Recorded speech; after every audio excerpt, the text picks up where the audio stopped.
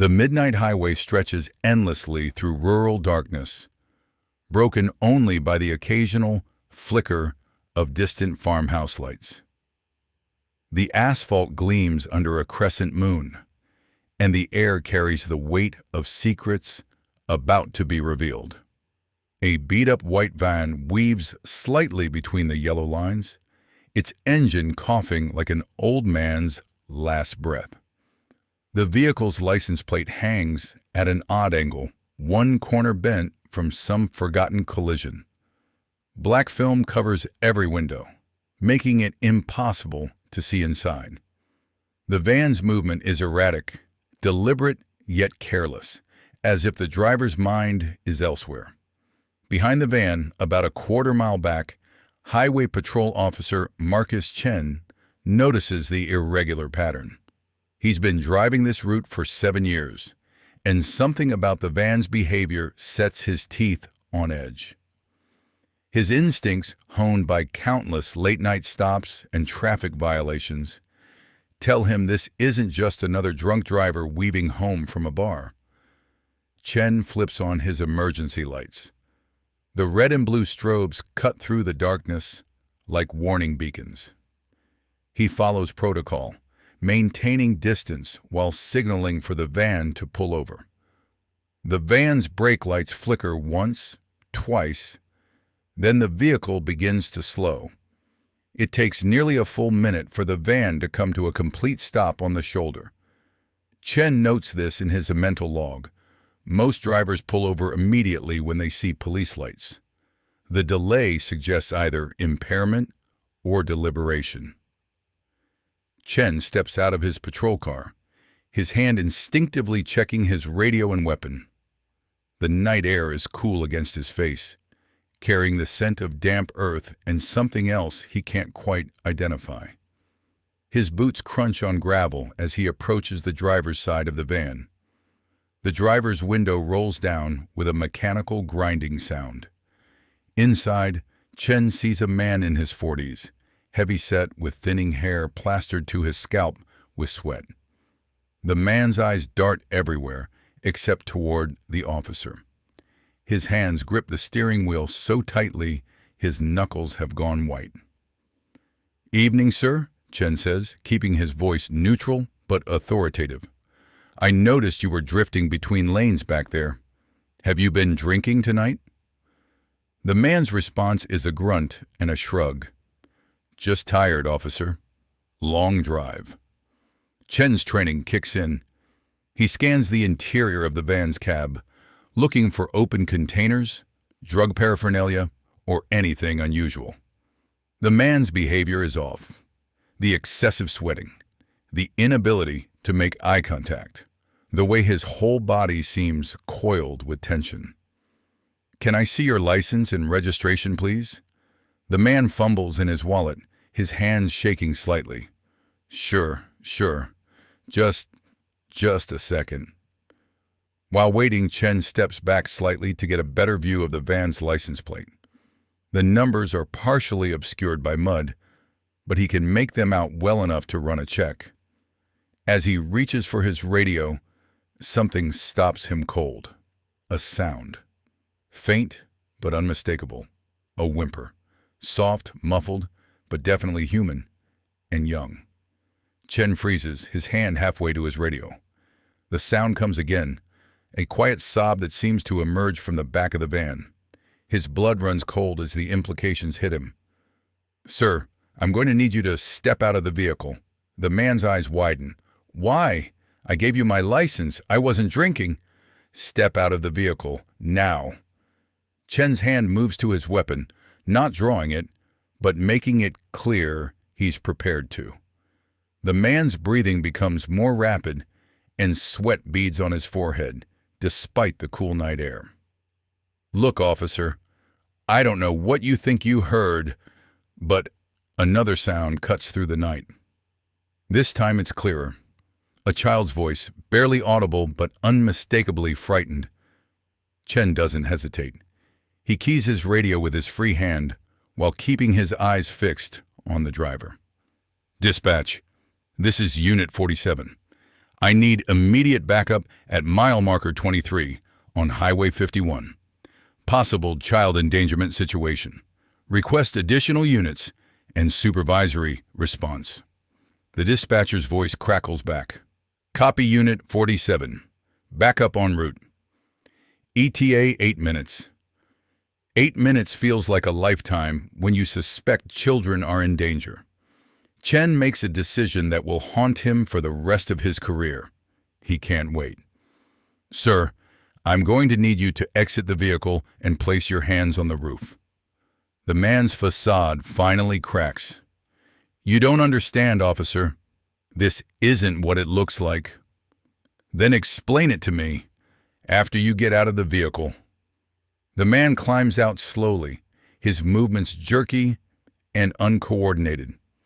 Chen positions him against the side of the van, hands spreads the roof, and quickly pats him down. No weapons, but there's something in his back pocket. A small keyring with several unusual keys. Another sound from the back of the van. This time it's more than one voice. Chen's training wars with his instincts. Protocol says wait for backup. His conscience says those children can't wait. He circles to the rear of the van, the man's keys in his hand. The back doors are secured with a heavy padlock that clearly isn't original equipment. Chen tries several keys before finding one that fits. Please, comes a whispered voice from inside. Please don't hurt us. Chen's hands shake as he removes the padlock. The door swings open, revealing a darkness that seems to swallow his flashlight beam. As his eyes adjust, the horror of what he's discovered becomes clear. 3 children, ages that he estimates between 6 and 12, are huddled in the back of the van. They're chained at the ankles with lightweight but effective restraints. Their clothes are dirty, their faces streaked with tears and grime. They flinch from his flashlight as if light itself might hurt them. It's okay, Chen says, his voice gentler than he's ever managed. I'm a police officer. You're safe now. The oldest child, a girl with matted blonde hair, looks up at him with eyes that have seen too much. Are you going to take us home? Chen's throat constricts. We're going to try, sweetheart. We're going to try. Just then, the wail of sirens announces the arrival of backup. 2 more patrol cars and a supervisor's vehicle pull up, their lights painting the scene in alternating red and blue. Officers jump out, hands on weapons, assessing the situation. Sergeant Rodriguez, Chen's supervisor, approaches quickly. What do we have, Marcus? 3 minors restrained in the back of the van, driver secured but not talking. Rodriguez looks into the van and his face hardens. Jesus Christ. Okay, we need paramedics, child protective services, and detectives. Now. While Rodriguez coordinates the response, Chen focuses on the children. The youngest, a boy who can't be more than 6, hasn't spoken at all. He just stares with wide, dark eyes that seem to hold the weight of the world. What are your names? Chen asks gently. The girl answers for the group. I'm Sarah. This is Tommy and Emma. How long have you been in here, Sarah? She looks confused, as if the concept of time has become meaningless. I don't know. A long time. We were playing in the park, and then we woke up here. Chen exchanges a glance with Rodriguez. Multiple victims, possible kidnapping across state lines. This is about to become much bigger than a routine traffic stop. The paramedics arrive and begin checking the children. They're dehydrated and showing signs of trauma, but physically they appear to be okay. The restraints are removed carefully, and the children are wrapped in blankets. Detective Lisa Wong arrives and immediately takes charge of the investigation. She's worked child crimes for 15 years, and her experience shows in how she interacts with the victims. Sarah, I know this is scary, but can you tell me about the man who brought you here? Sarah looks toward the front of the van, where the suspect is now secured in the back of a patrol car. He said he was going to take us somewhere fun, but then he put us in here and we couldn't get out. Wong nods, making notes. Do you remember where you were when you first saw him? Riverside Park. We were on the swings. Wong's expression darkens. Riverside Park is 3 states away. These children have been missing for potentially weeks. As the investigation unfolds, more details emerge. The suspect, identified as Robert Marsh, has a history of similar crimes. The van is registered to a false address. Most disturbingly, there's evidence suggesting this isn't his first group of victims. Chen stays with the children as they're prepared for transport to the hospital. The oldest, Sarah, has barely let go of his hand since he opened the van doors. Officer Chen, she says quietly, were you really just lucky to find us? Chen considers the question. Was it luck? Training? Divine intervention? He thinks about the sound that stopped him cold. The whimper that cut through the night silence like a knife. Sometimes, he tells her, we hear things we need to hear. The children are loaded into ambulances with social workers and victim advocates. As they drive away, Chen watches their faces in the rear windows. They're safe now, but the real work of healing is just beginning. Rodriguez approaches Chen as the scene begins to wind down. Hell of a thing, Marcus. If you hadn't heard them... Chen nods, unable to finish the thought. 3 children who might have disappeared forever, becoming statistics in a file cabinet instead of survivors with a chance at normal lives. The suspect is transported to county jail, where he'll face federal charges. The van is impounded as evidence. The highway returns to its normal, midnight quiet. But Chen knows he'll never drive this stretch of road again without thinking about what happened here, about the sound that saved 3 lives, and the reminder that sometimes the most important moments in police work come down to simply listening.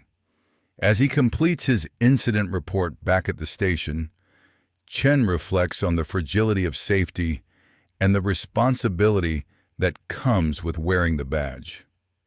Tonight, the system worked. A routine traffic stop became a rescue mission because someone was paying attention. The next morning, local news outlets will report on the arrest and the discovery of the children. Sarah, Tommy, and Emma will begin the long process of recovery with counselors and social workers. Robert Marsh will face justice in a courtroom. But in the quiet hours before dawn, Officer Marcus Chen sits in his patrol car on the same highway, listening to the night sounds and thinking about the voices that call out in the darkness, hoping someone will hear them. The highway stretches endlessly in both directions, carrying its secrets and its stories. Tonight, at least, some of those stories had a different ending than they might have had. The radio crackles with routine calls, a domestic disturbance, a break-in alarm, the normal chaos of a city that never sleeps.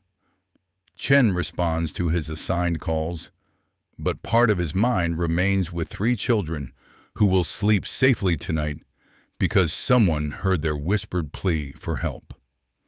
As the sun begins to rise over the distant mountains, painting the sky in shades of pink and gold, Chen allows himself a moment of satisfaction. In a job where victories are often measured in small moments and prevented tragedies, tonight represents something larger. Tonight, the system worked exactly as it should. The highway patrol car disappears into the growing daylight, carrying with it the memory of a night when listening carefully made all the difference in the world.